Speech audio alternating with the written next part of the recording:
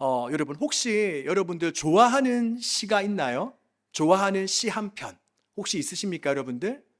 네, 요즘 우리는 시를 잘 안 읽게 되는데 저 역시 시를 엄청 좋아하는 건 아니지만 그래도 제가 고등학교 때부터 좋아했던 시 한 편이 있습니다.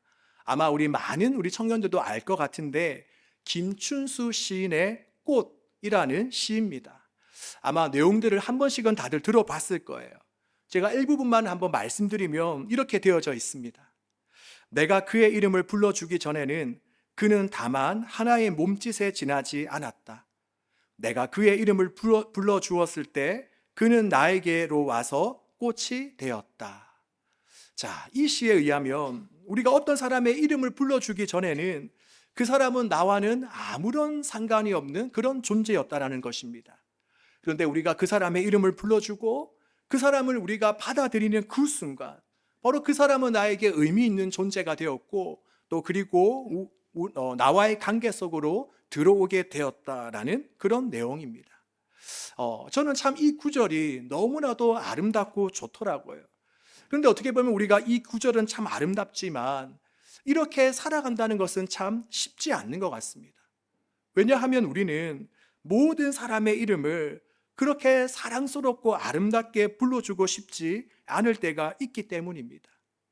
우리가 때때로 많은 사람들과 인간관계를 하다 보면 어떤 사람은 내가 기꺼이 받아들이고 싶기도 하지만 또 어떤 사람은 마음속으로 왠지 모를 거부감이 들기도 합니다.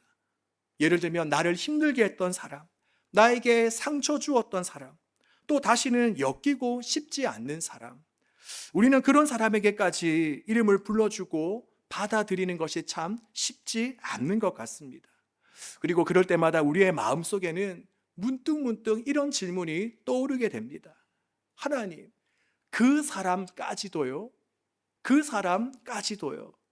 네, 바로 오늘 본문의 제목이기도 한데 우리가 오늘 본문 속에 등장하는 아나니아를 보면 이 아나니아는 이 질문 앞에 서게 됩니다. 바로 그 사람까지도요. 우리가 본문 말씀을 보면 본문 10절에 주님께서 아나니아를 부르십니다. 자, 그런데 본문에 보면 본문에는 아나니아를 누구라고 소개하고 있습니까? 누구라고 기록되어져 있죠? 바로 제자라고 소개되어져 있습니다.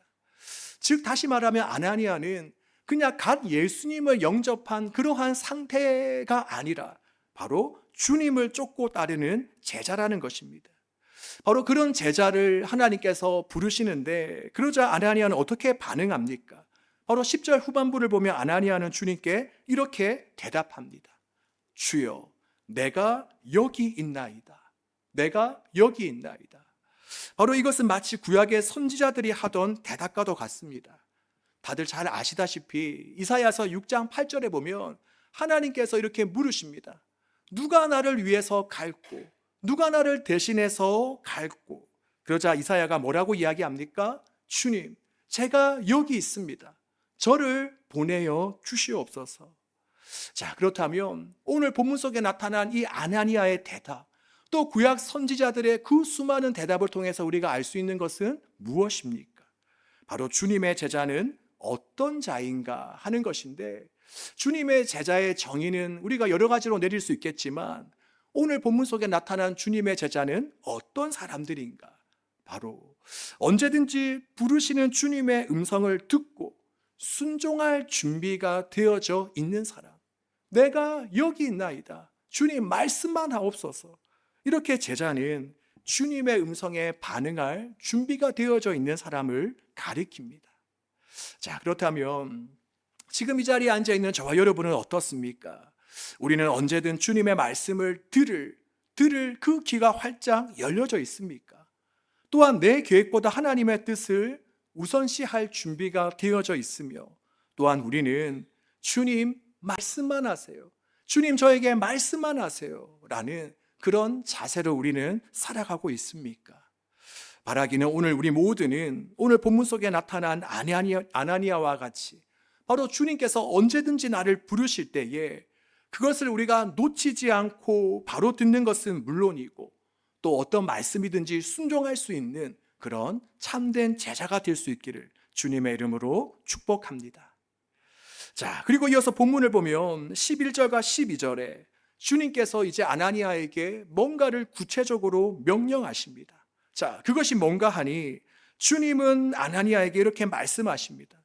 너는 사울을 찾아가서 그에게 안수하고 그를 도우라 라고 말씀하십니다. 왜냐하면 지금 현재 사울은 누군가의 도움이 간절히 필요한 상태였기 때문입니다. 우리가 지금 바울의 상황은 어떻습니까? 그는 눈이 멀어서 사람의 도움 없이는 아무데도 갈 수 없는 그러한 처지입니다. 그리고 또한 사울은 그동안 그리스도인들을 무자비하게 대했기 때문에 누군가가 사울을 대변해 주지 않으면 아무리 사울이 예수님을 만나고 회심을 해도 그리스도인의 무리에 들어갈 수가 없는 그런 상태였습니다. 그러기에 주님은 그런 사울을 돕도록 하기 위해서 지금 누구를 부르고 계시죠? 바로 아나니아를 부르고 계십니다. 우리는 이런 장면을 통해서 예수님을 먼저 믿은 자들의 역할과 의무가 무엇인가 하는 것을 우리는 알 수 있습니다. 그것은 바로 이제 갓 예수님을 믿기 시작한 사람, 이제 갓 교회 공동체 안으로 들어오기 시작한 사람들 돕고 섬기는 것, 이것이 먼저 된 자들의 역할인 것입니다. 그러기에 오늘 우리는 이 시간을 통해서 지금 내가 돌봐야 될 그 한 사람은 누구인가? 과연 하나님께서는 나에게 누구를 맡기셨는가? 이것을 오늘 이 시간을 통해서 우리가 한번 되돌아볼 수 있기를 바랍니다.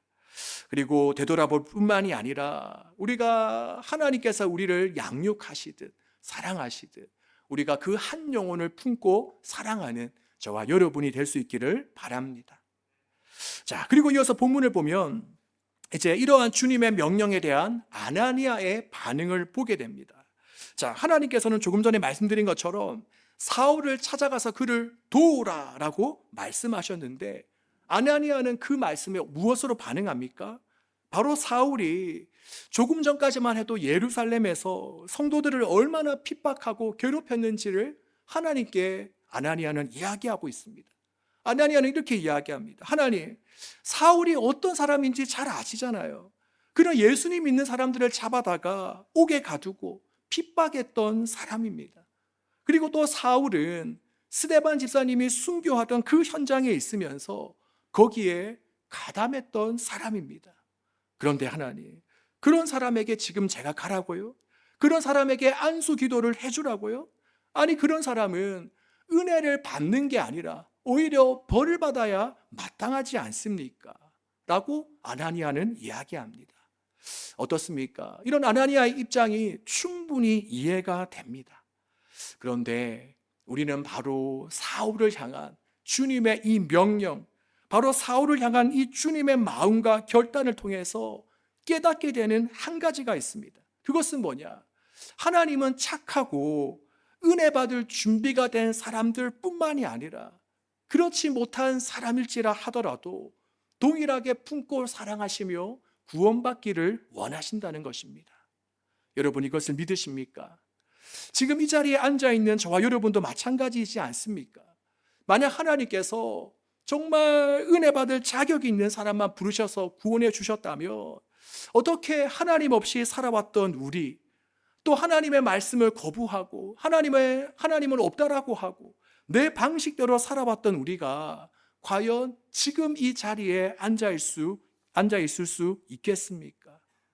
바로 하나님께서는 사울과 같은 우리를 부르셔서 하나님의 자녀 삼아주시고 구원해 주셨습니다. 그러니 이것이 바로 하나님의 큰 은혜인 것입니다. 그래서 사울도 나중에 뭐라고 고백합니까? 우리가 고린도전서 15장 10절에 보면 이렇게 이야기합니다. 내가 나된 것은 내가 잘나서가, 내가 그럴 만한 이유가 있어서가 아니라 하나님의 은혜로 된 것이다. 지금 내가 이 자리에 이렇게 있을 수 있는 것은 모든 것이 하나님의 은혜다라고 사울은 고백하고 있는 것입니다. 바라기는 우리 또한 매일매일 하나님의 은혜를 돌아보고 생각하며 하나님께 감사하며 모든 것이 다 하나님의 은혜임을 고백할 수 있는 저와 여러분이 되기를 바랍니다. 자, 그리고 여러분, 우리가 이 부분만 관련해서 제가 하나 더 이야기하고 싶은 것이 있는데, 그것은 뭐냐? 하나님은 비록 부족하고 연약한 우리라고 하나 그런 우리를 하대하거나 혹은 우리가 기도했을 때에 성의 없게 응답하시는 분이 아니라는 것입니다. 그러니까 한마디로 믿음이 좋은 사람이 기도한 것에 대해서는 하나님께서 잘 들어주시고, 또 별로 신앙생활도 열심히 안 하고 또 이렇게 하나님의 마음에 들만한 행동도 하지 않는 사람이 기도했다고 해서 하나님께서 그 사람은 대충대충 기도에 응답해 주신다는 것이 아니라는 것입니다. 우리가 사울의 경우를 봐도 사울은 어떤 사람이었죠? 예수님 믿는 사람을 핍박하고 방해했던 사람입니다. 바로 예수님 편에서 보면 그는 예수님의 일을 방해하던 회방자였습니다. 그런데 사울이 바로 누군가의 도움 없이는 아무것도 할 수 없는 상황이 되자 또 3일 동안 아무것도 볼 수 없어서 오직 기도밖에 할 수 없는 상황 속에서 하나님은 사울에게 어떻게 응답하십니까? 바로 그를 도우시기 위해서 아나니아를 보내어 주셨습니다. 여러분, 아나니아는 어떤 사람입니까? 그는 조금 전에도 이야기했듯이 신앙심이 아주 깊은 주님의 제자였습니다. 그리고 또 사도행전 22장 12절에서 그를 소개하기를 아나니아는 율법에 따라 살아가고 있는 경건한 사람으로서 모든 유대인들에게 칭찬받는 그러한 사람이었습니다. 그러니 우리가 이러한 상황을 보면 사울은 지금껏 주님을 잘 알지도 못했고 날마다 주님을 대적하는 짓만 하며 살아왔지만 바로 하나님께서는 이런 사울을 위해서 자신의 가장 아끼고 있는 훌륭한 제자를 보내어 주셔서 그를 돕도록 하셨다는 것입니다. 그리고 이것은 우리에게도 마찬가지입니다.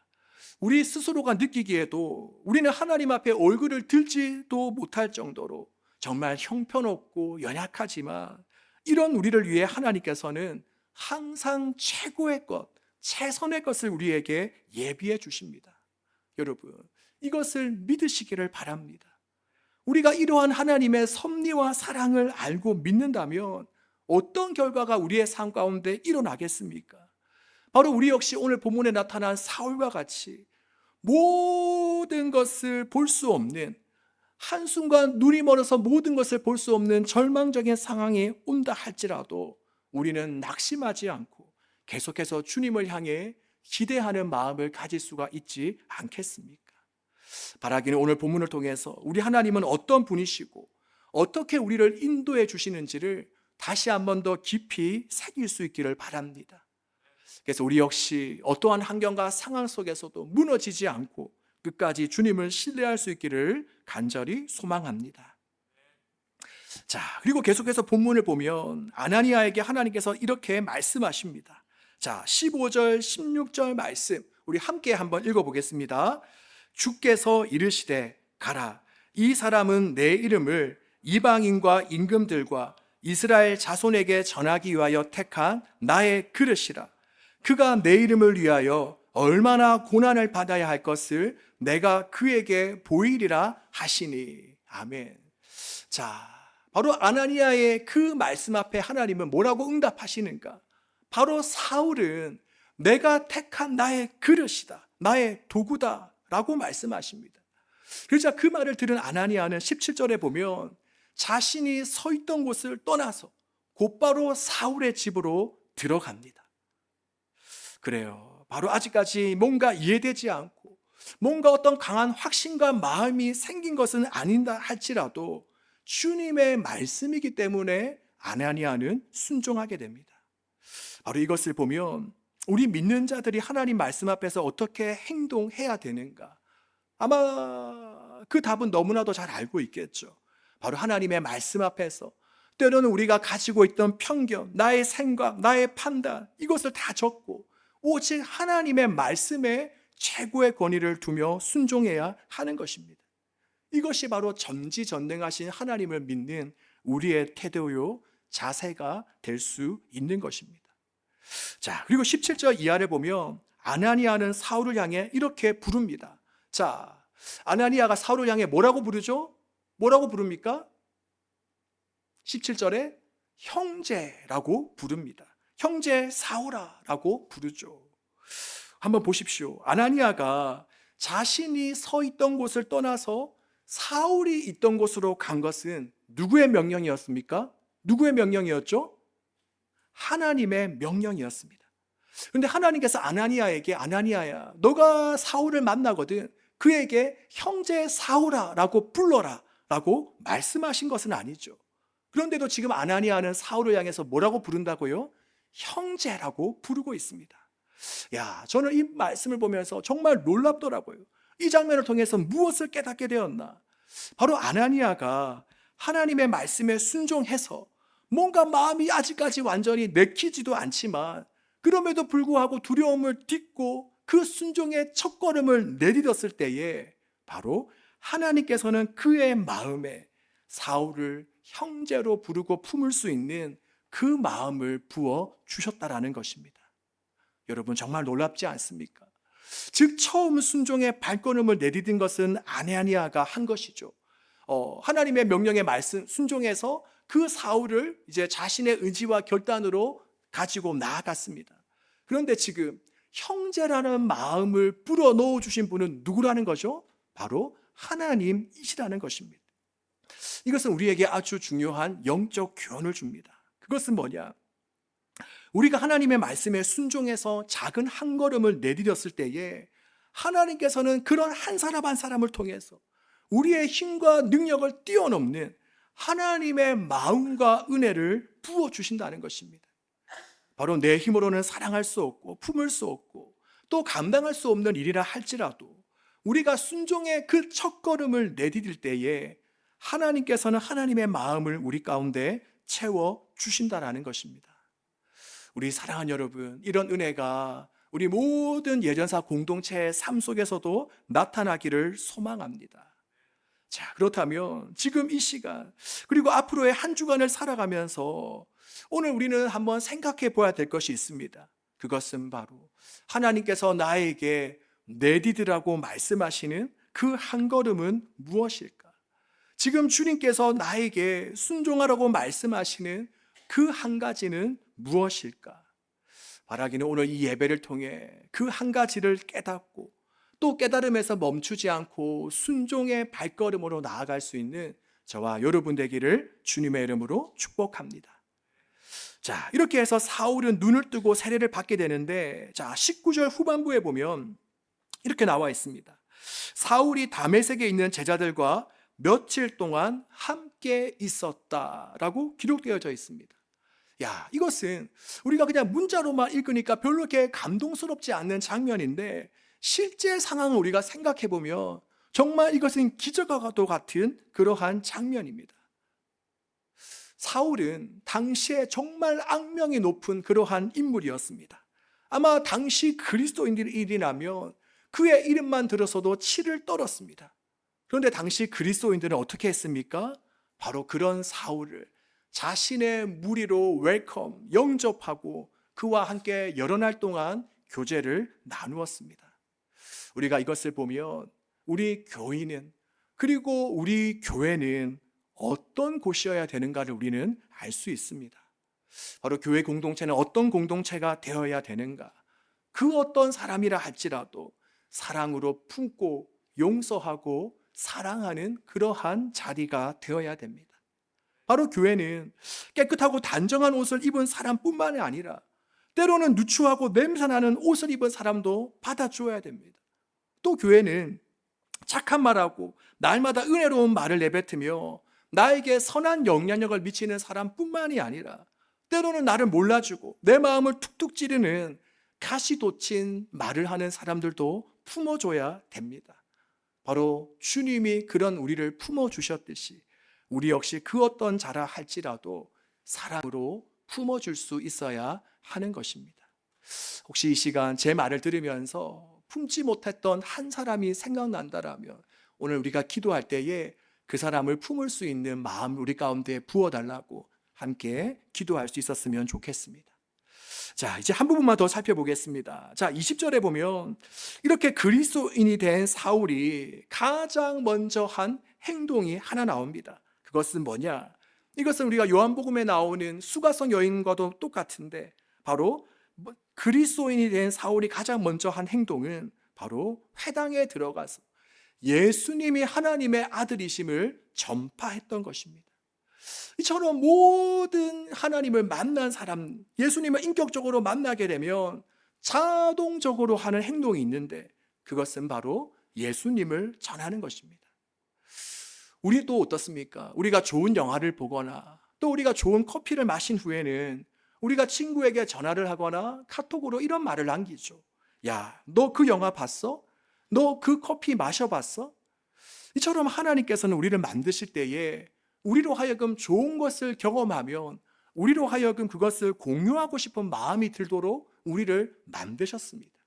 그러니 우리가 예수님을 전하는 건 역시 내가 주님을 인격적으로 만나고 지금 현재 주님과 동행하는 삶을 살아가면 자연스럽게 누구에게나 전하고 알려주고 싶은 마음이 찾아들게 되는 것입니다. 자, 그리고 여러분, 이렇게 우리가 또한 전도를 실천할 수 있는 기회가 우리에게 주어졌습니다. 나중에 제가 광고 시간에 따로 잠깐 이야기하겠지만 이 시간을 빌어서 잠깐 말씀드리면, 우리가 5월 28일 그날이 목요일인데 5월 28일 목요일 저녁에 부경대학교 대학극장에서 우리가 아이자야 찬양팀과 또 WOG 라는 그 도시 선교회가 함께하는 리바이브 나우 집회가 있습니다. 이 리바이브 나우 집회는 지금 서울에서부터 시작해서 서울, 아산, 그리고 광주, 전주인지 광주인지 약간 헷갈리는데 아무튼 그곳, 그리고 부산, 이렇게 도시마다 찾아다니면서 집회를 하고 있습니다. 그리고 또 이 집회는 예배 드리려고 하는 그 지역과 도시에 하나님의 부흥이 임하도록 기도로 준비하고, 또 집회 한 번 하고 끝나는 것이 아니라 집회한 후에도 계속해서 이 땅의 부흥을 위해 기도하기 위해서 만들어진 그러한 집회입니다. 저는 이 집회에 대해서 이야기를 듣는데, 이것은 그저 단순한 한 번의 행사가 아니라 어쩌면 지금까지 우리 예전사가 함께 기도해온 것에 대한 하나님의 응답이다라는 그런 확신이 들었습니다. 우리가 작년부터 토요 기도의 이름을 바꾸었죠. 뭘로 바꾸었죠? 토요 기도의 이름? 네, 다들 알지만 겸손해서 이야기를 하지 않는데, 토요 기도의 제목이 뭐죠? 이름이 뭐죠? 바로 리바이벌 기도회입니다. 저는 이 리바이벌 기도회로 이름을 바꾸면서 하나님께 이런 기도를 올려드렸습니다. 하나님, 토요일 이 시간에 몇 명이 모이든 우리 청년들과 함께, 그곳에 모인 우리 청년들과 함께 부산의 부흥을 위해서 기도하겠습니다. 하나님, 주님께서 이 땅, 지금 우리가 발 딛고 살아가고 있는 이 부산 땅에 주님께서 가장 원하시는 것이 무엇입니까? 바로 소생, 살아남, 리바이벌, 부흥이지 않습니까? 바로 예수님 믿지 않는 청년들이 예수님을 믿고 또 각 대학 캠퍼스와 직장마다 하나님을 예배하며 찬양하고 기도하는 그 고백, 그 간증, 그 함성을 듣기를 원하지 않으십니까? 주님, 우리 청년들과 함께 이러한 부산을 향한 주님의 마음을 품고 함께 기도하겠습니다. 바로 하나님의 부흥의 불이 활활 타오르는데 작게나마 저희들의 이 리바이벌 기도회가, 이 기도가 불쏘시개로 사용되어지기를 원합니다. 자, 이런 마음으로 리바이벌 기도회라고 이름을 지어서 기도하고 있습니다. 그런데 지금 이 집회 이름이 뭐라고 이야기했죠? 네, 리바이브 나우.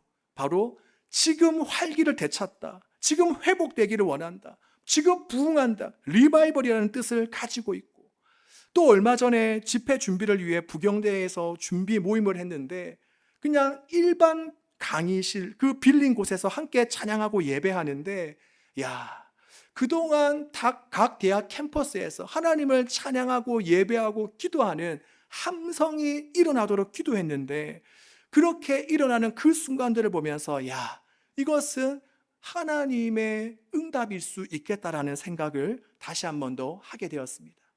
그리고 이렇게 28일 저녁에 집회를 하고, 그리고 그 전날 27일에 전도를 하는데, 그때 부경대, 경성대 기독교 동아리는 물론이고 바로 지역교회 청년들도 함께 동참하는데, 바라기는 우리가 전도하는 그 일에 우리 예수님 전하는 우리 청년들도 함께 할 수 있기를 바랍니다.